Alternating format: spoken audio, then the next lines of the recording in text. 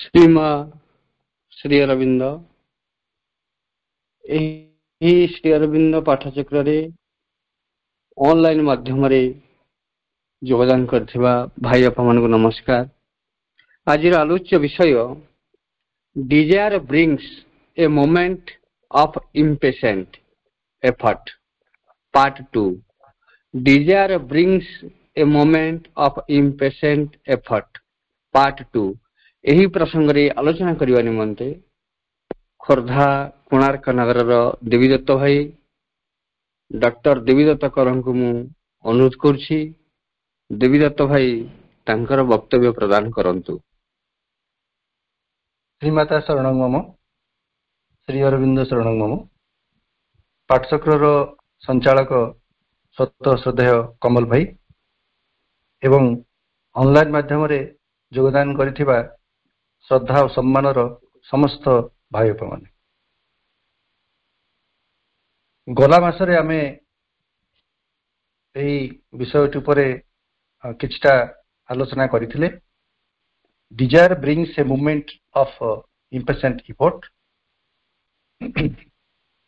ଆଜି ତାକୁ ଆଉ ଟିକେ ଆଗକୁ ଆମେ ବଢେଇ ନବା ଏବଂ ତା ଉପରେ ଆଉ କିଛି ଅଧିକ ଆଲୋକପାତ କରିବା। କଥାଟି ହେଲା, ଆମମାନଙ୍କର ଯୋଉ ପ୍ରୟାସ, ଯୋଉ ଚେଷ୍ଟା ଆମେ କରୁଛେ,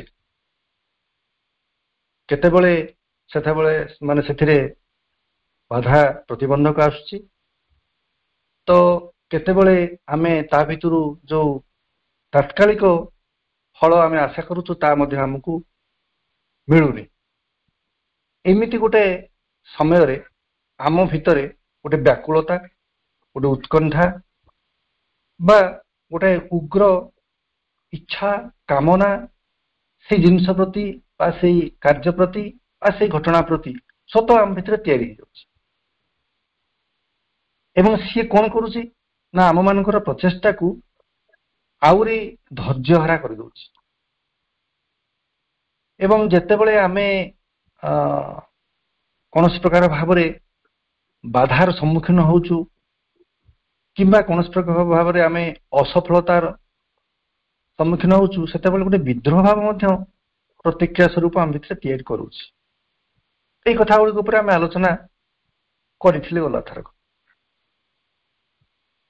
ପ୍ରକୃତରେ ଆମେ ଦେଖିବା ଯେ ଯାହା ଶ୍ରୀଅରବିନ୍ଦ ଆମକୁ ବାରମ୍ବାର କହୁଛନ୍ତି ଯେ ଆମକୁ ଗୋଟିଏ କଥା what we should remember, ସବୁବେଳେ ଯାହା ଯୋଉ କଥାଟିକି ଆମକୁ ମନେ ରଖିବାକୁ ପଡିବ ସେଇଟି ହେଲା ଯେ ଯୋଉ ଦିବ୍ୟ ଚେତନାକୁ ଆମେମାନେ ଏଠି ଉତାରି ଆଣିବାକୁ ଚାହୁଁଛୁ ବା ଚେଷ୍ଟା କରୁଛୁ, ଟ୍ରାଇଂ ଟୁ ବ୍ରିଙ୍ଗ ଡାଉନ୍ ବୋଲି କହୁଛୁ, ଯୋଉ ଦିବ୍ୟ ଚେତନାକୁ ଆମେ ଏଠି ଉତାରି ଆଣିବାକୁ ଚେଷ୍ଟା କରୁଛୁ ସେ ହେଉଛି ଏକ ସତ୍ୟ ଚେତନା, ଟ୍ରୁଥ କନସିୟସନେସ୍। ଏବଂ ସତ୍ୟ ଚେତନାର କାମ ହେଲା ଆମମାନଙ୍କ ଭିତରେ, ଆମମାନଙ୍କ ସତ୍ତାର, ଆମମାନଙ୍କର ପ୍ରକୃତିର ପ୍ରତ୍ୟେକ ସ୍ତରରେ, ମନ, ପ୍ରାଣ, ଶରୀର, ୟାର ଯେତେ ସବୁ ସ୍ତର ଅଛି, ୟାର ଯେତେ ସବୁ ସ୍ୱଭାବ ରହିଛି, ଏ ସବୁ ଭିତରେ ଯୋଉ ସତ୍ୟ ରହିଛି, ଯୋଉ ବାସ୍ତବତା ରହିଛି, ସେଇ ଜିନିଷଟି ସେ ଆମକୁ ଆଣିକି ଦେଖେଇ ଦେବ। It shows us all the truth of our being and nature.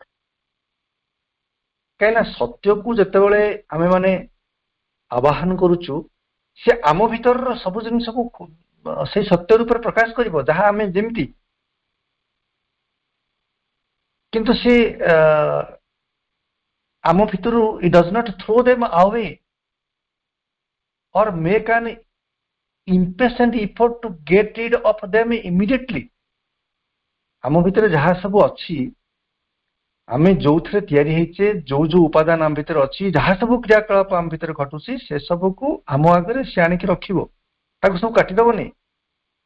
ଧୈର୍ଯ୍ୟହରା ଉଦ୍ୟମ କରିକିରି ସେ ସବୁ ଆମ ଭିତରୁ ସେ ବାହାର କରିଦବନି। Does not throw them away, ତାକୁ କାଟିକି ବାହାରକି ଫୋପାଡ଼ି ଦବନି, କିମ୍ବା ଇମିଡିଏଟଲି ଆମକୁ ସେଥିରେ କିଛି ଗୋଟେ ରିହାତି ଦେଇଦବନି ଆଉ substitute something fantastic and wonderful in their place, से जगह गोटे किसी अति आश्चर्यजनक भाव में आउ गोटे किसी जिनस को आनिकी गोटे वंडरफुल जिनस को आनिकी आम आगे रखिदेव एक कथा नुहे एमती हेब ना आमे आम भितर से काम करिवो it works upon them patiently पूरा धैर्य सहित करिवो एंड स्लोली धीर भाव से कार्यटी करिवो आम भितर से सत्य चेतना बा मांकर चेतना आम कहि परिबा टू कौन पे करिवो to perfect and raise them all that is capable of a perfection से आमको शुद्ध करिया पई परफेक्ट करिया पई चेष्टा करिवो परिपूर्ण करिया पई चेष्टा करिवो एवं जो गुड़ाक आम भितरे से पूर्णता पई समर्थ से जिनस को आम भितर से ऊपर को उठे आनिवो and change all that is obscure and imperfect जो गुड़ाक आम भितर अपरिपूर्ण जो गुड़ाक आम भितर अज्ञानाच्छन्न अंधकाराच्छन्न से जिनस को से चेंज भी करदब सत्य चेतना बा दिव्य चेतना यही भाव में आम भितर काम करिवो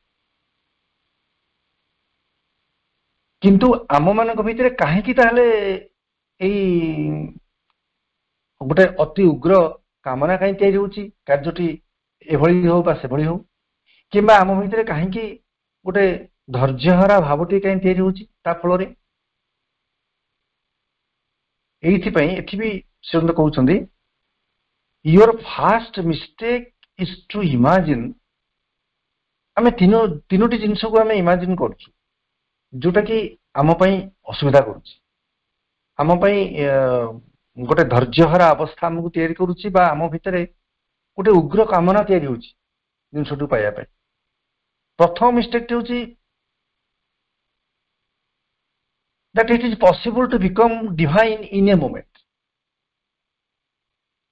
जेहेतु आमे मां को पाखु आसुचु मां को डाकुचु आम भितर गोटे तत्क्षणात गोटे दिव्यतार प्रकाश हो तत्क्षणात आम भितर गुड़ाए परिवर्तन हो सबु किछि गोटे क्षण हो इमिडिया गोटे बड़ इमेजिनेशन आम भितर रहउछि एटा होछि गोटे मिस्टेक आउ गोटे द्वितीय मिस्टेक आम करुचु आम धरी नौचु जहाँ सिंह कहते you imagine that the higher consciousness has only to descend in you and remain there and then all is finished एक कथा कि गोटे बड़ आम भितर भूल आम धरी नौचु जे से उच्चतर चेतना आम भितर खाली ओल्हेबार अछि आम भितर से इठी रहिबो आ तापर सब सरीगला आम काम सरला यही सब जिनस गुड़ाक आम तत्क्षणात आम भितर हो आहरी तृतीय जिनस जी कि आमको बेसी इम्पेसेंस कर दिए बेसी आम भितर गोटे जहाँ कहते गोटे विद्रोह भाव भी तैयारी कर दिए से कहते you imagine that no time is needed ये समय दरकार नहीं सब हो सागे सागे आउ no hard no long no careful work काम आम एमती कष्टकर काम किसी कर पड़ोनी दीर्घ जत्नशील काम आम किसी करूनी सब एमती बड़ा सहज all will be done for you in a moment by the divine grace मां कृपारू सब किसी गुड़ाक आम भितर एकदम सागे सागे तत्क्षणात हो आम किसी कष्ट करा पड़ोनी आमको किसी संघर्ष करा पड़ोनी आमको किसी जत्नशील होगा पड़ोनी ये सब किसी करा पड़ोनी सब गुड़ाक आम कर दिहब से कहते दैट इज क्वाइट रॉन्ग ये संपूर्ण गोटे भूल धारणा एवं घटना गुड़िक यही भाव में हुए ना it is not done in that way आम जो कहूँ जे हाँ सत्य चेतना आसो आम दिव्य चेतना को चेष्टा करें माँ को डाकुचु माँ काम भितर हो आमर जो इमेजिनेशन तीन प्रकार भाव में आम जो इमेजिन करुचु यही हूँ आम गोटे विकल अवस्था ये आमको लेकिन अनेक समय बड़ विभ्रांतिकर अवस्था नहीं पहुंचुच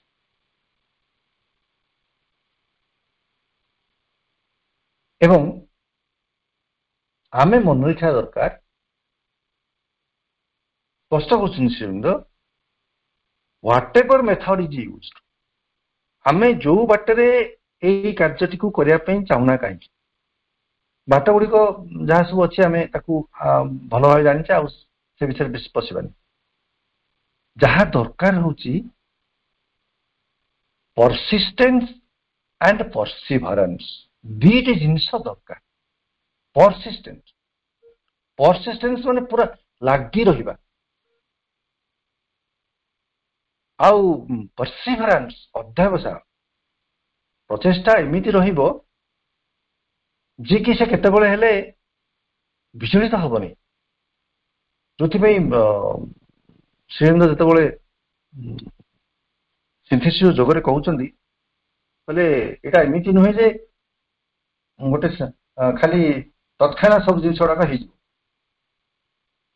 ଏଇଟା ସର୍ଟକଟ୍ କିମ୍ବା ଇଜି ସାଧନା ବି ନୁହେଁ ବାରମ୍ବାର କହୁଛନ୍ତି ଦରକାର ହଉଛି colossal faith absolute courage unflinching patience ଏ ପରସିଷ୍ଟେନ୍ସ ଆଉ ପରସିଭରାନ୍ସ କଥାଟି ସେଇଥିପାଇଁ ଆସୁଛି ଏଗୁଡିକ ଏସେନ୍ସିଆଲ କାହିଁକି ଏଇଟା ଦରକାର ପଡେ ନା ଯାହା କିଛି ଆମେ ବାଟ ଗ୍ରହଣ କରୁନା କାହିଁକି ଆମର ଯୋଉ ପ୍ରକୃତିଟି ଅଛି ଆମର ଯୋଉ ସ୍ୱଭାବଟି ଅଛି ଆମେ ଯୋଉ ନେଚର କାମ କରୁଛି ଏ ବଡ କମ୍ପ୍ଲେକ୍ସ ଆଉ ଏଇ ଯୋଉ ନେଚରର ଯୋଉ କମ୍ପ୍ଲେକ୍ସିଟି ଇଏ ସ୍ୱତଃସିଦ୍ଧ ଭାବରେ ସ୍ୱାଭାବିକ ଭାବରେ ଗୋଟେ ରେଜିଷ୍ଟାନ୍ସ ତିଆର କରିବ ହିଁ କରିବ ଯେତେବେଳେ ଆମେ ପ୍ରୟାସ କରିବା ଆଉ ସେଇ ରେଜିଷ୍ଟାନ୍ସକୁ ଦୂର କରିବା ପାଇଁ ଆମକୁ ମାନେ ତାକୁ ତା ସହିତ ଫାଇଟ୍ କରିବାର ଅଛି କାହିଁକିନା ସିଏ କମ୍ବାଟ କରୁଛି ସିଏ ଫାଇଟ୍ କରୁଛି ଆମକୁ କାମ ନ କରିବା ପାଇଁ ଆମ ସ୍ୱଭାବ ଆମ ପ୍ରକୃତି ଏ କାର୍ଯ୍ୟଟି ନ ହେବା ପାଇଁ ସେ କହୁଛି ପରିବର୍ତ୍ତନ ନ ହେବା ପାଇଁ ଚାହୁଁଛି ପରିବର୍ତ୍ତନ ହେବ ନାହିଁ କିନ୍ତୁ ଆମେ ଚାହୁଁଛୁ ପରିବର୍ତ୍ତନ ତେଣୁ ଏଇ ଯୋଉ ଗୋଟେ କମ୍ବାଟ ଚାଲିଛି ଏଇ କମ୍ବାଟ ପାଇଁ ଦରକାର ହଉଛି ପରସିଷ୍ଟେନ୍ସ ଆଉ ପରସିଭରାନ୍ସ ଏଇଥିପାଇଁ ଦରକାର ବାଟ ଆମେ ଯାହା ଯୋଉ ବାଟ ଗ୍ରହଣ କରୁନା ଫୋକସ କରିବା ଏଇ ଯୋଉ ଇମ୍ପେସେନ୍ସ କଥାଟି ଉଠୁଛି ଏଇ ଦିଟାକ ପରସ୍ପରର ପରିପୂରକ ବୋଲି ଆମେ ଦେଖିବା ଗୋଟେ ଗୋଟେ ଜାଗାରେ ଦେଖିବା ଯେ ଯଦି ଉଗ୍ର ଇଚ୍ଛା ହେଲା ଗୋଟେ ଡିଜାୟାର କାମନା ଭିତରେ ଆମେ ପଶିଲେ ସିଏ ଆମର ପ୍ରଚେଷ୍ଟାକୁ ଧୈର୍ଯ୍ୟହରା କରିବ ଆଉ ଧୈର୍ଯ୍ୟହରା ଅବସ୍ଥା ଯଦି କୌଣସି ଭାବରେ ହୁଏ ତାହେଲେ ସିଏ ମଧ୍ୟ ଗୋଟେ ସମୟରେ ଆମ ଭିତରେ ଗୋଟେ ଉଗ୍ର ଇଚ୍ଛାକୁ ତିଆରି କରିବାକୁ ବା ତାକୁ କଣ ଯାହା କୁହନ୍ତି ଫୋଇଲିଂ କରିବାକୁ ଚେଷ୍ଟା କରିବେ ଏଇଟା ମଧ୍ୟ ହବ ତ କେତେବେଳେ ଆମ ଭିତରେ ଏଇ ଯୋଉ ଅଧୈର୍ଯ୍ୟ ଭାବ ଇମ୍ପେସେନ୍ସ କେତେବେଳେ ଆମ ଭିତରେ ପଶୁଛି ବା କେତେବେଳେ ଆମ ଭିତରେ ତିଆରି ହଉଛି ତାକୁ ଆମେ ଟିକେ ଦେଖିବା ପ୍ରଥମତଃ ମା କହୁଛନ୍ତି ଯେତେବେଳେ ଆମେ କୌଣସି ଗୋଟେ କିଛି କାର୍ଯ୍ୟ କରିବାକୁ ଆରମ୍ଭ କରୁଛୁ ସେ ଇଭିନ୍ ସାଧାରଣ ଜୀବନ ବି ନହେଲା କାହିଁକି ଏଇ ସାଧାରଣ ଜୀବନରୁ ତ ଉଠିକି ଆମେ ଏ ଭିତରୁ ବାହାରିକି ତ ଯାଉଛୁ ନା ସାଧାରଣ ଜୀବନ ଭିତରକୁ ବା ଗୋଟେ ଆଧ୍ୟାତ୍ମିକ ଜୀବନ ଭିତରୁ ପ୍ରବେଶ କରୁଛୁ ଦିଟାକ ଜିନିଷ ଆମେ ଦେଖିବା ଯେତେବେଳେ ଆମେ ଯାଉଛୁ ପ୍ରଥମେ କାମଟିକୁ ଆରମ୍ଭ କରୁଛୁ there is an inspiration of what to do ସେଥିରେ ଗୋଟେ ଆମ ଭିତରେ ଗୋଟେ ଇନ୍ସପିରେସନ ରହୁଛି ଗୋଟେ ପ୍ରେରଣା ରହୁଛି କଣ ଆମେ ହ୍ୱାଟ ଟୁ ଡୁ କଣ ଆମକୁ କରିବାକୁ ଅଛି ଏବଂ ସେତେବେଳେ କଣ ହଉଛି mind at first acts as a channel for it ମନଟା ସେତେବେଳେ ଗୋଟେ ଚ୍ୟାନେଲ ଭଳିଆ ଗୋଟେ ପ୍ରଣାଳୀ ଭଳିଆ ଖାଲି ଗୋଟେ ମାଧ୍ୟମ ଭଳିଆ ସେ ରହୁଛି ଆଉ ସେଥିପାଇଁ କଣ ହଉଛି ନା ଅଲ୍ ଗୋଜ୍ ୱେଲ୍ ସବୁ ଜିନିଷ ଠିକ ଠାକ ଚାଲୁଛି କିଏ କରୁଛି କିଏ ସେ କୋଉଠୁ ଆସୁଛି ଜିନିଷଟା ନା ଭିତରୁ ଗୋଟେ ଇନ୍ସପିରେସନ ଆସୁଛି ପ୍ରଥମ ପର୍ଯ୍ୟାୟରେ ଭିତରର ଇନ୍ସପିରେସନ ନେଇକି ଆମେ କାମଟି କରୁଛୁ, ମନ ରହୁଛି ସାଇଡରେ, ମନ ଖାଲି ତାର ଚ୍ୟାନେଲ ହିସାବରେ ରହୁଛି, କାମଟି ଠିକ ଠାକ ଚାଲିଛି। ଆଫ୍ଟରୱାର୍ଡ ପରେ କଣ ହଉଛି ନା, ଯେତେବେଳେ ଆମେ କିଛି ବାଟ ଏମିତି ଇନ୍ସପିରେସନ ନେଇକି ଆଗେଇକି ଗଲୁ, ଆମମାନଙ୍କ କ୍ଷେତ୍ରରେ ବି ଏହା ହଉଛି। ସେଥିପାଇଁ ଆମେ ବେଳେ ବେଳେ ପ୍ରଶ୍ନ କରୁଛୁ ଯେ ପ୍ରଥମେ ଆମ ଭିତରେ ବହୁତ ଉତ୍ସାହ ଥିଲା, ବହୁତ ଇଏ ଥିଲା, ବହୁତ ପାଠଚକ୍ର ଏମିତି ହଉଥିଲା, ସେମିତି ହଉଥିଲା, ଏବେ ସେସବୁ ଜିନିଷ ହଉନି, ଏବେ ଏମିତି ହଉନି। ଏଇସବୁ ଜିନିଷ ଏଇ ଯୋଉ ଅଭିଯୋଗ ଗୁଡାକ ଆମ ଭିତରେ ତିଆରି ହଉଛି ନା, ଏଇସବୁ ଆସୁଛି ଏଇ ମନର ଇଣ୍ଟରଫିୟରେନ୍ସ ଫଳରେ। କଣ ହଉଛି ନା, mind begins to be acting on its own account. ମନ ତାର ନିଜର ଧାରାରେ ଯେତେବେଳେ କାମ କରିବାକୁ ଆରମ୍ଭ କରୁଛି, ସେଇଠୁ ସବୁ ଗଡବଡିତକ ଆମ ଆଗରେ ଦେଖାଯାଉଛି। ଯେତେବେଳେ ଇନର ଇନ୍ସପିରେସନଟି ନେଇକି ଆମେ କାମ କରୁଛୁ, ସେତେବେଳେ ସବୁ ଠିକଠାକ ଚାଲୁଛି। ପ୍ରଥମ ପର୍ଯ୍ୟାୟରେ ସେୟା ହିଁ ହଉଛି। ପରବର୍ତ୍ତୀ ପର୍ଯ୍ୟାୟରେ କଣ ହଉଛି ନା, ପଶି ଯାଉଛି ବେଶୀ ଆମ ଭିତରର ଉଗ୍ର ମାନସିକତା, ବିଭିନ୍ନ ସବୁ ଯୋଉଥିପାଇଁ ବାରମ୍ବାର ଅଶ୍ୟନ୍ତ ମା ବହିରେ କହୁଛନ୍ତି, ପ୍ରତ୍ୟାଖ୍ୟାନ କରିବାକୁ ହବ ମନର ଧାରଣା, ଅଭିମତ, ଅଭିରୁଚି, ପରିକଳ୍ପନା, ଅଭ୍ୟାସ। ଏଗୁଡା କାହିଁ କହୁଛନ୍ତି?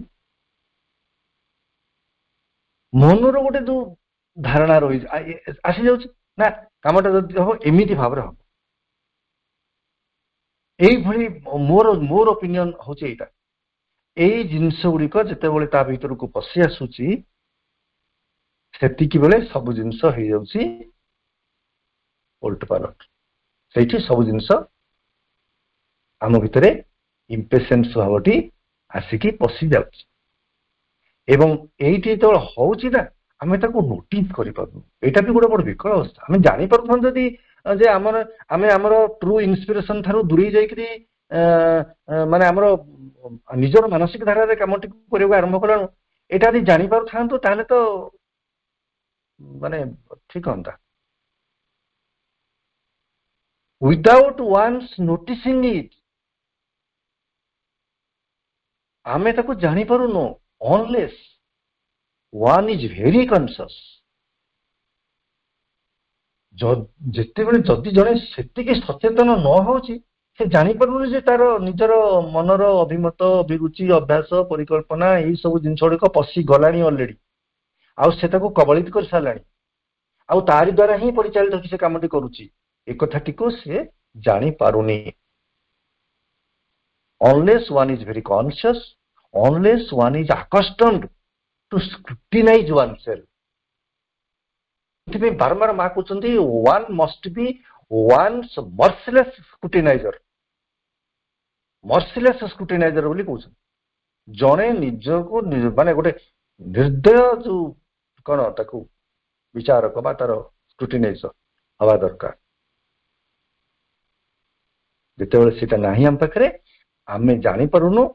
ପ୍ରଥମେ ତ ଆମ ଭିତରେ ଭଲ ଇନ୍ସପିରେସନ ଆସୁଛି, ତାପରେ ଆମେ ଆମର ମାନସିକ ଧାରାଟିକୁ ଆଣିକି ତା ଭିତରେ ଭରି ଦଉଛୁ। ଇଏ ହଉଛି ଗୋଟେ ବଡ ଅସୁବିଧା। ଇଏ ଆମ ଭିତରେ ବାଟ ଖୋଲି ଦଉଛି ଧୈର୍ଯ୍ୟହରା ହବାର, ଡିଜାୟାରକୁ ପ୍ରବେଶ କରିବାର, ଏଇ ସବୁ କରିବାର ବାଟଟି ସେ ଖୋଲି ଦଉଛି। ଆଉ ଗୋଟେ ଜିନିଷ ହଉଛି ଦ୍ୱିତୀୟରେ,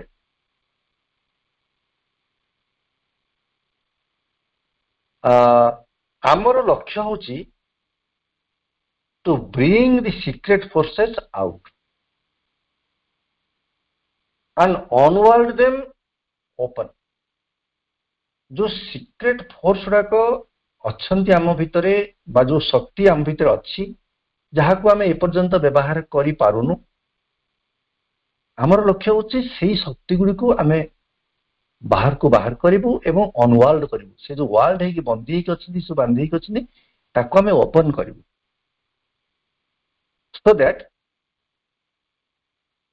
जो जिनस गुड़ाक आमर भितरे होउथिला being wholly obstructed, पूरा बाधा प्रतिबंधक भितर होउथिला, काना शक्ति आमर भितर जो सामर्थ्य गुड़ाक सब भितर होउथिला, आमे करि परनुथुलु। से बाधा गुड़ाक आम भितर दूरे जीवो एवं कौन हबो ना ଯୋଉ ଦିବ୍ୟ ଜିନିଷ ଗୁଡ଼ିକ, ଯୋଉ ଲାଇଟନିଂ ଫ୍ଲାସେସ୍ ଯାହା ସବୁ ଆମ ପାଖକୁ ଆସୁଥିଲା, ଆଉ ଆମର ଶକ୍ତିଟି ତାକୁ ଗ୍ରହଣ କରିପାରୁନଥିଲା, ଯେହେତୁ ଆମେମାନେ ଆମ ଶକ୍ତିକୁ ଠିକ ହିସାବରେ ଅନଭେଲ କରୁନଥିଲୁ। ସେଗୁଡ଼ିକ କ'ଣ ହବ ନା they may pour down and flow in rivers, ଆମ ଭିତରକୁ ଓହ୍ଲେଇ ଆସିବ। ଆମେ ସମର୍ଥବାନ ହେଇଯିବା ମାଙ୍କର ଚେତନା, ମାଙ୍କର ଶକ୍ତି, ଆଲୋକକୁ ଆମ ଭିତରେ ଧାରଣ କରିବା ପାଇଁ, ଓ ସେଗୁଡାକ ମାଙ୍କର ଆଲୋକ ଚେତନା ଶକ୍ତି ସବୁ ଆମ ଭିତରେ ପୁରା ଢାଳି ହେଇଯିବ, ଗୋଟେ ପୁରା ଆମ ଭିତରେ ମାନେ ଫ୍ଲୋ ଇନ୍ ରିଭର୍ସ। ଆମର କଥା ହେଲା ଏଇଆ, ଆମର ଲକ୍ଷ୍ୟ ହେଲା ଏଇଆ। ଆମେ ଚାହୁଁଛୁ ଯେ ଆମେ ନିଜକୁ ଏଭଳି ସମର୍ଥବାନ କରିବୁ, କାହିଁକିନା ଏଇ ସ୍ଥିତିରେ ମାଙ୍କର ଚେତନା, ମାଙ୍କର ଆଲୋକ, ମାଙ୍କର ଶକ୍ତି ଆମ ପାଖକୁ ସେଇଭଳି ଭାବରେ ଢାଳି ହେଇକି ଆସୁନି। ଆସୁଛି କେମିତି ନା some shadows, some lightnings through the veil, through the wall, through the obstruction। ଆମର ଏଇ ବାଧା ଭିତର ଦେଇକିରି ଏଇ ଚାରିପଟେ ଯୋଉ ପରଦା ଭଳିଆ ରହିଛି, ତାର ଭିତର ଦେଇକି କିଛି କିଛି ଆମ ଭିତରକୁ ପଶୁଛି, ପୁରା ଆସିପାରୁନି। ତେଣୁ ଆମେ ଚାହୁଁଛୁ କ'ଣ ନା ସେଇ ବାଧା ଗୁଡାକ ହଟେଇ ଦେବୁ, ଆମେ ସେଇ ଶକ୍ତିମାନ ହେଇଯିବୁ, ସେଇ ଶକ୍ତିଶାଳୀ ହେଇଯିବୁ, ସେଇ ଫୋର୍ସ ଗୁଡାକ ଆମ ଭିତରେ ପୁରା ଅନଭେଲ କରିଦେବୁ, ଯାହାଫଳରେ କି ମାଙ୍କର ଚେତନା, ମାଙ୍କର ଶକ୍ତି ଆମ ଭିତରେ ପୁରା ଢାଳି ହେଇ ପଡିବ। କିନ୍ତୁ ଠିକ ଅଛି ସେଇଟା, କିନ୍ତୁ କ'ଣ ହଉଛି, କିନ୍ତୁ to expect that all at once, କିନ୍ତୁ ସେ ଘଟଣାଟାକୁ ସାଙ୍ଗେ ସାଙ୍ଗେ ସେଗୁଡାକ ସବୁ ତତ୍କ୍ଷଣାତ୍ ଆମ ଭିତରେ ହେଇଯିବ, এইভଳିଆ ଆଶା କରିବା ଇଜ୍ ଏ ପ୍ରିଜମ୍ପସସ୍ ଡିମାଣ୍ଡ। ଏଇଟା ଗୋଟେ ଦୃଷ୍ଟ ଦାବି, ପ୍ରିଜମ୍ପସନ୍ସ ଡିମାଣ୍ଡ, ଯିଏକି which shows an impatient ignorance and impatient inexperience, ଯିଏକି ଆମକୁ ଦେଖେଇ ଦିଏ ଆମ ଭିତରେ ଗୋଟାଏ ଧୈର୍ଯ୍ୟହରା ଅଜ୍ଞାନତା ଅଛି, ଗୋଟେ ଅନୁଭୂତି ଶୂନ୍ୟତା ଅଛି। ଯଦି ଆମେ ଚାହୁଁଛୁ ଏଇଭଳି ଭାବରେ ସବୁ ଜିନିଷ ଗୁଡାକ ତତ୍କ୍ଷଣାତ୍ ଆମ ଭିତରେ ହେଇଯାଉ, ଇଏ ହଉଛି ଗୋଟେ ପ୍ରିଜମ୍ପସନ୍ସ ଡିମାଣ୍ଡ। ଏଇଭଳିଆ ଡିମାଣ୍ଡଟି ଆମ ଭିତରେ ତିଆରି ହେଇଯାଉଛି, ଆଉ ସିଏ ଆମ ଭିତରେ ସୃଷ୍ଟି କରୁଛି, ସୁଯୋଗ ସୃଷ୍ଟି କରୁଛି ଆମ ଭିତରେ ଗୋଟେ ପ୍ରକାର ଭାବରେ ଧୈର୍ଯ୍ୟହରା ପ୍ରୟାସର। ଅନ୍ୟ ଅର୍ଥରେ ସେ ଆମ ଭିତରେ ଗୋଟେ ଉଗ୍ର ଇଚ୍ଛା ଗୋଟେ ଆମ ଭିତରେ ତିଆରି କରୁଛି। ଏବଂ ଆମେମାନେ এইଭଳିଆ ଗୋଟେ ଉଗ୍ର ଇଚ୍ଛାକୁ ଆମ ଭିତରେ ହିଁ ଅନେକ ସମୟରେ ପ୍ରଶ୍ରୟ ଦଉଛୁ। ଜାଣୁଛୁ ଜିନିଷଟା ଯଦିଓ ହେଲା ବୋଲି, ତେବେ ବି ଆମେ ତାକୁ ଛାଡୁନୁ। ଆମେ ଆମେ ଆମେ ଆମ ଭିତରେ ତାକୁ ସ୍କୋପ ଦଉଛୁ। ଯେମିତିକି ମା କୁହନ୍ତି ଯେ ଆମ ଭିତରେ ଗୋଟେ କ୍ଲିୟର ପରସେପସନ ଅଛି, ତିଆରି ହଉଛି of the true working, ଗୋଟେ ବାସ୍ତବ କ୍ରିୟାଧାରା which is the expression of the supreme will, ଯେ କି ମାଙ୍କର ଇଚ୍ଛା ବା ପରମଙ୍କର ସଂକଳ୍ପର ଗୋଟାଏ ଅଭିବ୍ୟକ୍ତି। ସେଇଭଳି ଏକ କାର୍ଯ୍ୟ ଆମ ଭିତରେ ଯେ ହଉଛି, ଏମିତି ଗୋଟାଏ ଧାରଣା ଆମର ତିଆରି ହଉଛି। ମାଙ୍କ ଇଚ୍ଛା ଆମ ଭିତରେ ବି କାର୍ଯ୍ୟ କରୁଛି, ଏବଂ ବ୍ୟକ୍ତି ଭିତର ଦେଇକରି spontaneously, translated spontaneously, naturally, automatically, एकदम स्वतःस्फूर्त भाବରେ, ସ୍ୱାଭାବିକ, ସହଜ, ସରଳ ଭାବରେ ଆମ ଭିତରେ ସେ କାର୍ଯ୍ୟ କରୁଛି through the individual instrument। ଏଇ ଯୋଉ ଇଣ୍ଡିଭିଜୁଆଲ ଇନଷ୍ଟ୍ରୁମେଣ୍ଟ ଆମର ଅଛି, ଆମ ଶରୀର ପ୍ରାଣ ମନକୁ ନେଇକରି ଏଇ ଭିତର ଦେଇକରି ମାଙ୍କର ବା ପରମଙ୍କର ଯୋଉ ସଂକଳ୍ପ, ତାଙ୍କର ଯୋଉ ଇଚ୍ଛା, ସେଇଠି ଆମ ଭିତରେ କାର୍ଯ୍ୟକାରୀ ହଉଛି, ତାର ଗୋଟେ ଟ୍ରୁ ୱାର୍କିଂ ଆମ ଭିତରେ ଚାଲିଛି। ଏକଥା ଠିକ ଗୋଟେ ସମୟରେ ଆମ ଭିତରେ ଗୋଟେ ବୋଧ ତିଆରି ହଉଛି, ଗୋଟେ ପରସେପସନ ତିଆରି ହଉଛି। ଏଇଟା ସତ କଥା। ଏବଂ ସେଇ ଯୋଉ ପରସେପସନ, perception of the moment when this expression of the divine will is clouded, distorted, ଏବଂ ସେଇ ଧାରଣାଟି ଗୋଟେ ସମୟରେ ଆମ ଭିତରେ ବିଘ୍ନିତ ହେଇଯାଉଛି, ଆମ ଭିତରେ ବଡ଼ ମାନେ ଆଚ୍ଛାଦିତ ହେଇଯାଉଛି। କେତେବେଳେ? ଯେତେବେଳେ ଇଣ୍ଟ୍ରୋଡକ୍ସନ ଅଫ ଡିଜାୟାର, ଯେତେବେଳେ ଆମ ଭିତରେ କାମନାଟି ପଶି ଯାଉଛି, କାମନାକୁ ଆମେ ଇଣ୍ଟ୍ରୋଡ୍ୟୁସ କରିଦଉଛୁ। ସ୍ପେସିଆଲ ଭାଇବ୍ରେସନ ଅଫ ଡିଜାୟାର, କାମନାର ଗୋଟେ ବିଶେଷ ସ୍ପନ୍ଦନକୁ ଆମ ଭିତରକୁ ଆମେ ସୁଯୋଗ ଦଉଛୁ। এইটা ହେଉଛି ଗୋଟେ କଜ୍, ଏଇଟା ହେଉଛି ଗୋଟେ କାରଣ ଯେ ଆମ ଭିତରେ ଯୋଉ ସ୍ୱତଃ ଯୋଉ ସ୍ପୋଣ୍ଟାନିୟସ୍ ନ୍ୟାଚୁରାଲ ଅଟୋମେଟିକାଲି ଯୋଉ କ୍ରିୟାଟି ହବାର କଥା, ମାଙ୍କର ଶକ୍ତିର ବା ମାଙ୍କ ସଂକଳ୍ପର ଯୋଉ କ୍ରିୟାଟା ଆମ ଭିତରେ ହଉଥିଲା, ସେଇଠି ସବୁ ବିକୃତ ହେଇଯାଉଛି, ଡିଷ୍ଟର୍ଟେଡ ହେଇଯାଉଛି, କ୍ଲାଉଡେଡ ହେଇଯାଉଛି, ଆଚ୍ଛନ୍ନ ହେଇଯାଉଛି ଏଇ କାମନାର ଲାଗି, ବାସନାର ଲାଗି। ଇଣ୍ଟ୍ରୋଡକ୍ସନ ଅଫ ଡିଜାୟାର, ଆଉ ଇଣ୍ଟ୍ରୋଡକ୍ସନ ଅଫ ଡିଜାୟାର କାହିଁକି ଆମ ଭିତରେ ହଉଛି ନା ଆମ ଭିତରେ ତିନି ପ୍ରକାର ଜିନିଷ ସବୁବେଳେ ଚାଲୁଛି। ଥାର୍ଷ୍ଟ ଫର ସମଥିଙ୍ଗ, ନିଡ୍ ଫର ସମଥିଙ୍ଗ, ଆଟାଚମେଣ୍ଟ ଟୁ ସମଥିଙ୍ଗ। କିଛି ଗୋଟେ ପାଇବା ପାଇଁ ଗୋଟେ ପ୍ରବଳ ଥାର୍ଷ୍ଟ, ତୃଷ୍ଣା, ଗୋଟେ ଆବଶ୍ୟକତା, ନିଡ୍ ଫର ସମଥିଙ୍ଗ, ଆଟାଚମେଣ୍ଟ କୌଣସି ଗୋଟେ ଜିନିଷ ପ୍ରତି ବହୁତ ଆସକ୍ତି। এইগুড়াক ସବୁ କଣ କରୁଛି ନା ସେ ୱିଲଟିକୁ, ସେ ଯୋଉ ମାଙ୍କର ଯୋଉ ପରମଙ୍କର ସଂକଳ୍ପକୁ, ପରମଙ୍କର ଇଚ୍ଛା ଶକ୍ତିର କ୍ରିୟାକୁ ବିକୃତ କରୁଛି। ଏବଂ ଆମେ ବେଳେ ବେଳେ ଏଇ ସବୁ ଜିନିଷକୁ, ଏଇ ତିନୋଟି ଜିନିଷ, ଥାର୍ଷ୍ଟ ଫର ସମଥିଙ୍ଗ, କିଛି ଜିନିଷ ପାଇବା ପାଇଁ ଯୋଉ ତୃଷ୍ଣା, କିଛି ଜିନିଷ ପାଇବାର ଯୋଉ ଆବଶ୍ୟକତା, ଯୋଉ ଆସକ୍ତି, ଏଗୁଡାକୁ ଆମେ ବି ଭୁଲ ଭାବରେ at least mistaken for the expression of the supreme will, ଆମେ ଭାବୁଛୁ ୟାରି ଭିତର ଦେଇକିରି ତାଙ୍କର ମାଙ୍କର ଇଚ୍ଛାଟା ବୋଧେ ଏକ୍ସପ୍ରେସ ହଉଛି। କିନ୍ତୁ ଏ ଭିତରେ ଗୋଟେ କନଫ୍ୟୁଜନ ଆମର ରହୁଛି। କନଫ୍ୟୁଜନ କଣ ନା, କନଫ୍ୟୁଜନ ହଉଛି ବିଟୱିନ୍ ଦି ଇମିଡିଏଟ ଆକ୍ସନ ଆଉ expression of the supreme will and the result. immediate action, କାର୍ଯ୍ୟ ଯୋଉ ହଉଛି ଏବଂ ତାର ଯୋଉ ଫଳ, ଏଇ ଭିତରେ ଗୋଟେ କନଫ୍ୟୁଜନ ଆମର ରହୁଛି। ଆଉ ଆମେ ସେଇ କନଫ୍ୟୁଜନ ମାନେ ଆମେ ଭାବୁଛୁ ଯେ ଏଇ ଯୋଉ ଆମେ ଆମ ଭିତରର ଯୋଉ ଆଟାଚମେଣ୍ଟ, ଯୋଉ ନିଡ୍, ଯୋଉ ଥାର୍ଷ୍ଟ ଫର ସମଥିଙ୍ଗ, এইগুড়াক ଆମେ ଭାବୁଛୁ ଏଇଟା ହିଁ ହେଉଛି ରେଜଲ୍ଟ। এইଭଳିଆ ଗୋଟେ ଯୋଉ କନଫ୍ୟୁଜନ ଭିତରେ ତିଆରି ହେଉଛି, it is a mistake we very often make. এইଭଳିଆ ମିଷ୍ଟେକକୁ ଆମେ କରିଦଉଛୁ ଏବଂ ଆମେ ଏମିତି ଗୋଟେ ଅଭ୍ୟାସରେ ରହୁଛୁ, we are in the habit of thinking. ଆମେ ସବୁବେଳେ ଏଇ ଜିନିଷକୁ ଭାବୁଛୁ, ଏଇ ଯୋଉଟେ ଅଭ୍ୟାସ ଆମର, that when we want something, it should come to us. ଯେହେତୁ ଆମେ ମାଙ୍କ ଧାରାରେ ଅଛୁ, ମାଙ୍କୁ ଡାକୁଛୁ, ମାଙ୍କର ଶକ୍ତିର, ମାଙ୍କର ସଂକଳ୍ପର କ୍ରିୟା ଆମ ଭିତରେ ହଉଛି, ତେଣୁ ଆମେ ବି ଗୋଟେ ଏମିତି ଭାବନା ଭିତରେ ରହୁଛୁ, ଗୋଟେ ଅଭ୍ୟାସ ଆମର ହେଇଯାଇଛି ଯେ when we want something, it should come to us. ଆମେ ଯଦି କିଛି ଚାହୁଁଛୁ ତାହେଲେ ସେଇଟା ଆମ ପାଖକୁ ଆସିବା ଉଚିତ। এইটা କାହିଁକି ହଉଛି? କାହିଁକି ନା ଆମର ଭିଜନ ହଉଛି ସର୍ଟ ସାଇଟେଡ।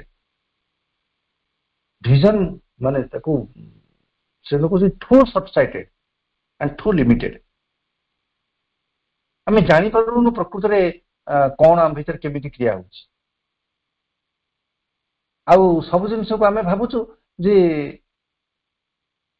ଆମେ ଯୋଉ ଧାରାରେ ଚାହୁଁଛୁ, ଭାବୁଛୁ, ସେଇଭଳି ଧାରାରେ ଜିନିଷଟି ହଉ। ଆଉ ସେଇଭଳି ଧାରାରେ ଯଦି ଜିନିଷଟି ନ ହେଲା, ତାହେଲେ ଆମ ଭିତରେ ରିଭୋଲ୍ଟ ଆସିଲା, ଆମ ଭିତରେ ଗୋଟେ ଇମ୍ପେସେନ୍ସ ଭାବ ଆସିଲା। ଆଉ ये ସବୁ ମାନେ ଯୋଉ ଡିଜାୟାର ଏବଂ ଇମ୍ପେସେନ୍ସ ଯୋଉ ଅଧୈର୍ଯ୍ୟର ଭାବ ये ସବୁ ଏମିତି ପାଖାପାଖି ପରସ୍ପରର ପରିପୂରକ ହେଇକି ଏମିତି ଭାବରେ ଆମ ଭିତରେ ଅଛନ୍ତି। ଯେତେବେଳେ ଆମେ କାମନାକୁ ଆମ ଭିତରେ ଇଣ୍ଟ୍ରୋଡ୍ୟୁସ କରିଦେଲୁ ସେତେବେଳେ ଆମେ ଦେଖିଲୁ ଯେ ପ୍ରକୃତରେ ଯୋଉ ଜିନିଷଟି ସ୍ପଣ୍ଟାନିୟସଲି ଆମ ଭିତରେ ହେଇଥାନ୍ତା ମାଙ୍କର କାର୍ଯ୍ୟଟି ଯୋଉ ଆମ ଭିତରେ ତାର ନିଜସ୍ୱ ଧାରାରେ ଯୋଉ ହବାରେ ଲାଗିଥିଲା ବା ହେଇଥାନ୍ତା ସେ ସବୁ ଗୋଟେ ପ୍ରକାର ଭାବରେ ବିକୃତ ହେଇଯାଉଛି। ତାହେଲେ ଆମ ପାଖରେ ବର୍ତ୍ତମାନ ଗୋଟେ ଆସିକି ପ୍ରଶ୍ନ ପହଞ୍ଚୁଛି ଯେ ଏମିତି ଗୋଟେ ଡିଜାୟାର କୁ ଆମେ କେମିତି ଅତିକ୍ରମ କରିବୁ? ଏଇ ଯୋଉ କାମନା କୁହନ୍ତୁ ବାସନା କୁହନ୍ତୁ ବା ଯାହା ତାକୁ କୁହନ୍ତୁ ଉଗ୍ର ଇଚ୍ଛା ବୋଲି କୁହନ୍ତୁ ତାକୁ ଆମେ କେମିତି ଅତିକ୍ରମ କରିବୁ? 1964 ମସିହାରେ ମାଙ୍କୁ ମଧ୍ୟ ପ୍ରଶ୍ନ ଜଣେ କରୁଛନ୍ତି ମା what is the most effective way of overcoming desires and attachments? ସବୁଠାରୁ ଫଳପ୍ରଦ ବାଟଟି କଣ ଅଛି ଏଇ କାମନା ଗୁଡ଼ିକୁ ଏବଂ ଆସକ୍ତି ଗୁଡ଼ିକୁ ଅତିକ୍ରମ କରିବା ପାଇଁ? ଆଚ୍ଛା, to cut them all at one stroke, ଆମେ ତାକୁ ଏକଦମ ଏକା ସାଙ୍ଗରେ ଗୋଟେ ଥର ତାକୁ କାଟିଦେବୁ କିମ୍ବା advance slowly and surely by eliminating them carefully one by one, ବା ଗୋଟିକ ପରେ ଗୋଟିଏକୁ ଆମେ ତାକୁ ଦେଖିକିରି ବଡ଼ ସନ୍ତର୍ପଣରେ ଆଉ ଧୀରେ ଧୀରେ ଆମେ ଆଗକୁ ଯିବୁ ଆମର କାମନା ବାସନା ଆଉ ଆମର ଯୋଉ ଆଟାଚମେଣ୍ଟ ଆସକ୍ତି ଗୁଡ଼ିକୁ ଆମେ ତାକୁ କାଟିବୁ। ମା କହୁଛନ୍ତି ତମେ ଶୀଘ୍ର ଚେଷ୍ଟା କର ବା ମାନେ ଆମେ ଏକଦମ ଅଲ୍ ଆଟ୍ ୱାନ୍ସ ଚେଷ୍ଟା କରୁ ବା ଧୀରେ ଧୀରେ କରୁ, both these ways are equally ineffective. ଦିଟି ଯାକ ବାଟ ଫଳପ୍ରଦ ନୁହେଁ। କାହିଁକି ନା ଏଇ ଦିଟି ଯାକ ବାଟର ଯୋଉ normal result of both this methods, ଏ ଦି ଉପାୟର ଯୋଉ ମାନେ ତାର ଯୋଉ ନର୍ମାଲ ରେଜଲ୍ଟ ତାର ଯୋଉ ଫଳ ସେଟା ହଉଛି ୟୁ ଡିସିଭ୍ ୟୋରସେଲ୍ଫ। ତାମାନେ କୋଉ ଜିନିଷ ଯାଉନି ଆମେ କହୁଛୁ କାଟିଦେଲୁ, କିଛି କାଟିନି ହେଇନି, ସେଟା ଖାଲି ଆମେ ନିଜକୁ ନିଜେ ପ୍ରତାରିତ କରୁଛୁ, ଗୋଟେ ପ୍ରତାରଣାର ଶିକାର ହଉଛି। You delude yourself that you have overcome your desires. ବା କହୁଛନ୍ତି ତମେ ଗୋଟେ ପ୍ରକାର ଭାବରେ ନିଜକୁ ପ୍ରବଞ୍ଚିତ କର ଯେ ତମେ ତମର ସବୁ କାମନା ଗୁଡାକୁ ଅତିକ୍ରମ କରିଯାଇଛ ବୋଲି।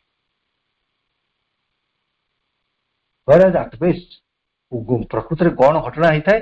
At best you are merely sitting on them.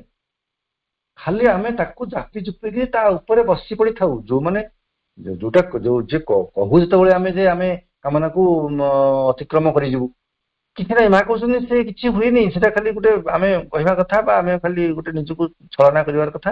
ସେଗୁଡାକ ସବୁ ଆମେ ତାରି ଉପରେ ଖାଲି ଚକା ମାରିକି ବସିଥାଉ, ସିଟିଂ ଅନ୍ ଦେମ୍।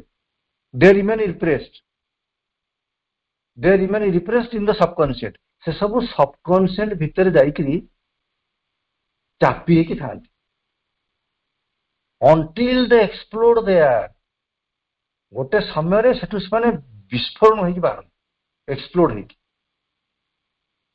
ଆଉ କଣ ହୁଏ ତା ଫଳରେ? cause an upheaval in the whole being। ସମଗ୍ର ଆମର ସତ୍ତାରେ ସମଗ୍ର ଜୀବନରେ ଗୋଟେ ପୁରା ଉଥଲ ପୁଥଲ ମଚିଯାଏ, କିଛି ହଉନି ତା ଫଳରେ।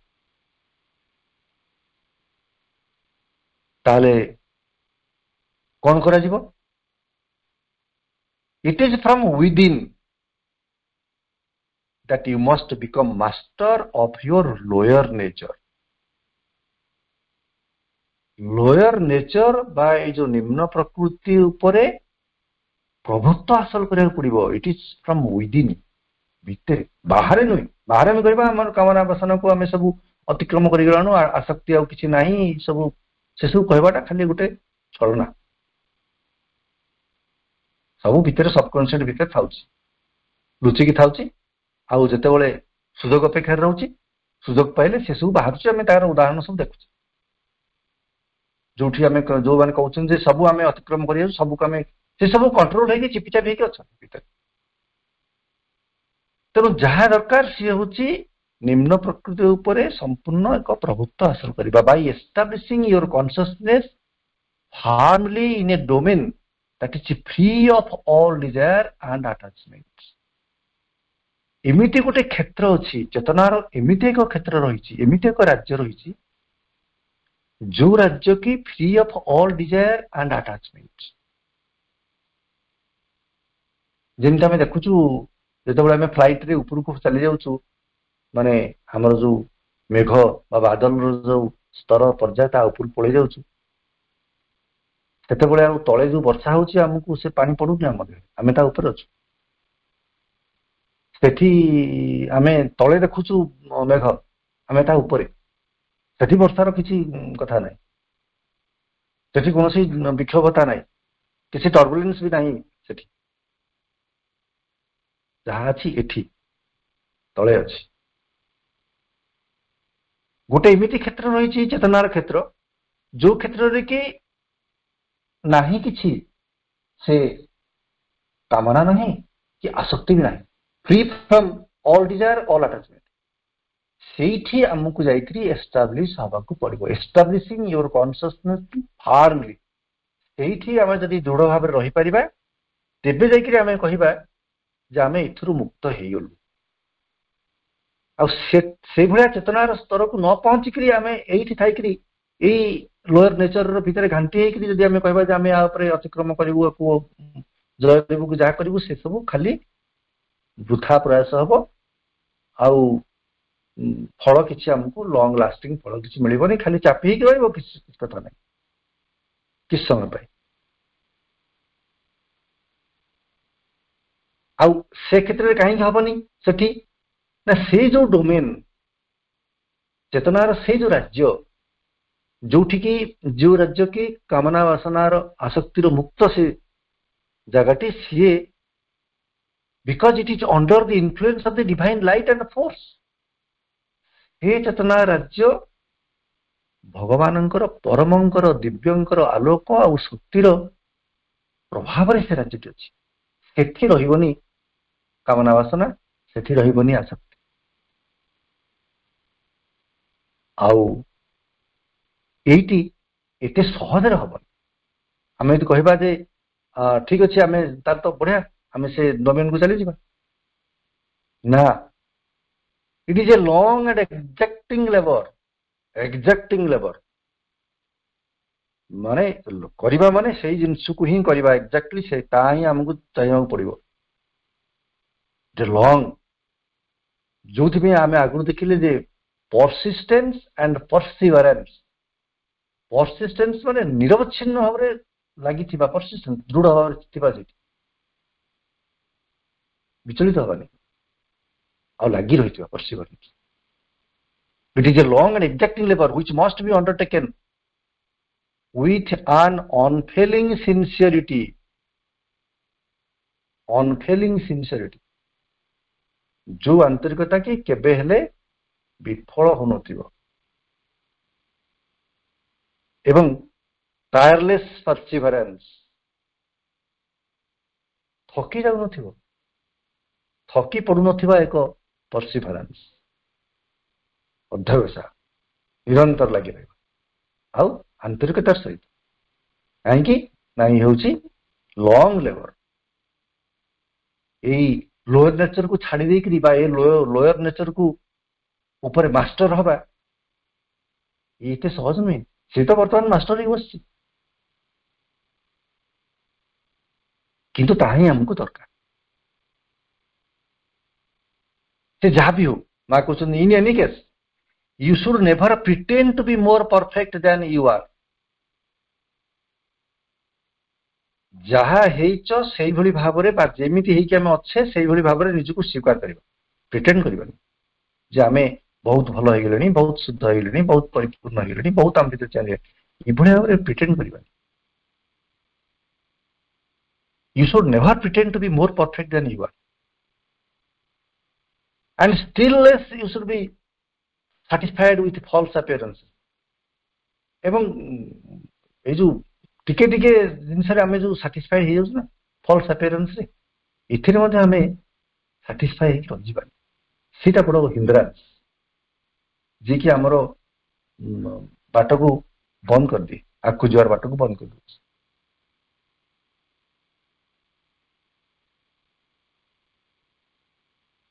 ଏବଂ ପୁଣି ଗୋଟେ ପ୍ରଶ୍ନ ହଉଛି ଯେ ଆମମାନଙ୍କର ଯୋଉ ଚିନ୍ତା, ଆମମାନଙ୍କର ଯୋଉ କାର୍ଯ୍ୟ, ଆମମାନଙ୍କର ଯୋଉ ଏସ୍ପିରେସନ, ସେଗୁଡାକ କାମନା ଦ୍ୱାରା ଟିଣ୍ଟେଡ କେମିତି ନ ହବ, ଭାଇଟାଲ ଡିଜାୟାର ତା ଭିତରୁ କେମିତି ନ ପ୍ରବେଶ ନ କରିବ। ଯଦିଓ though they may seem right to our common sense, ଆମେ କେମିତି ଜାଣିବୁ ଯେ ଆମର କାର୍ଯ୍ୟ ଗୁଡାକ, ଆମର ଚିନ୍ତା ଭାବନା ବିଚାର, ଆମର ଆସ୍ପିରେସନ ଏଗୁଡାକ ଭିତରେ ନାହିଁ ଭାଇଟାଲ ଡିଜାୟାର ନାହିଁ, ବା ଏଗୁଡାକ ଭାଇଟାଲ ଡିଜାୟାର ଦ୍ୱାରା ଟେମ୍ପଟେଡ ହେଇନାହାନ୍ତି। ଯଦିଓ ସେଗୁଡିକ ଆମକୁ they may seem right to our common sense, ସେତେବେଳେ ମା କହୁଛନ୍ତି ଯେ it is a question of inner sincerity. ଇଏ ହଉଛି ଆମମାନଙ୍କର ଗୋଟେ ଭିତରର ଆନ୍ତରିକତାର କଥା।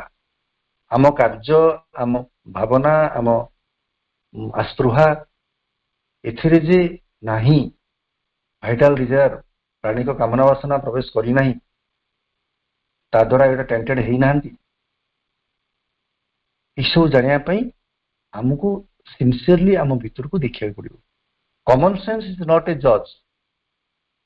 କମନ ସେନ୍ସଟା ଏଠି ଆମକୁ ଆମର ବିଚାରକୁ ହେଇପାରିବନି, କାହିଁକିନା it is a mental function of a rather inferior order.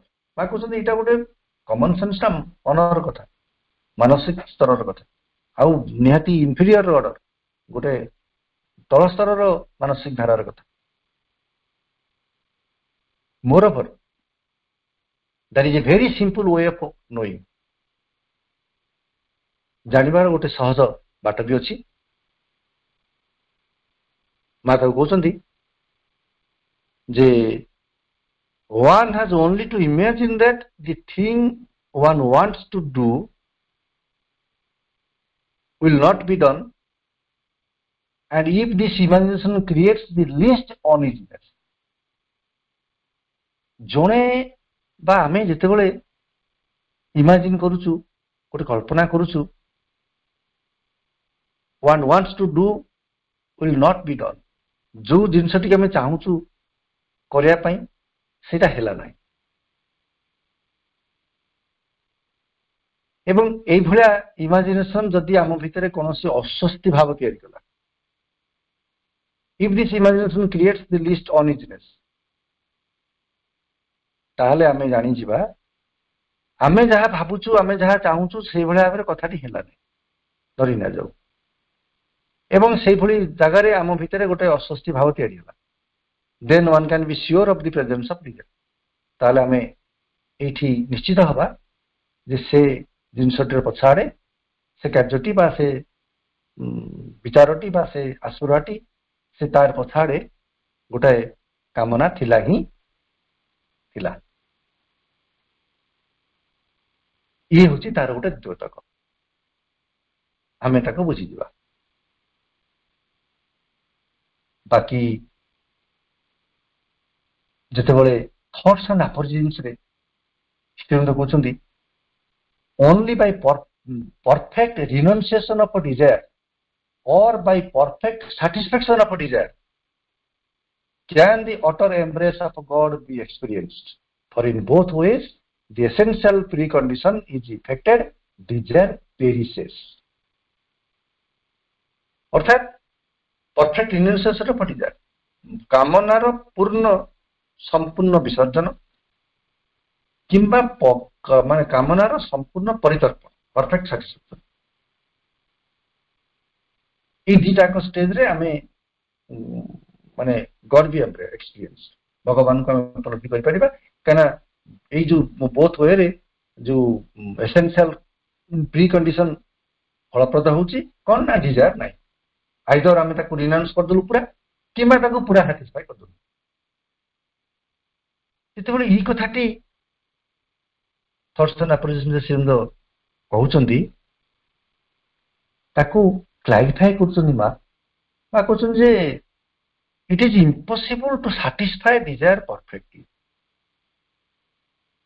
अच्छा रिनेंशन कथा तो आगु कहले तापर भी कहते it is something impossible and also it is impossible to renounce desire कामना को संपूर्ण माने परित्याग करबा बा ताको पूर्ण भाव में परफेक्टली निखुण भाव में ताको सैटिस्फाई करबा ई दीटा को जिंस असंभव कहीं ना you renounce one desire and you have another गोटे आमे जदी छाडुचु ताले आउ गोटे ता पाखरे आसी पहुंच जाउची बोथ आर रिलेटिवली इम्पॉसिबल जहा पॉसिबल सेठी आगुरु मा कहले to enter into state where there is no desire से डोमेन कथा कहले चेतनार एभले एक डोमेन को आमे प्रवेश करिबा एभले एक राज्य को जीवा जोठी की जो राज्यटी केवल दिव्य आलोक दिव्य शक्ति रे पूर्ण सेठी कोनोसी कामना वासना बा आसक्तिर कथा ही ना शेष कथा टिके देखिबा कंक्लूजन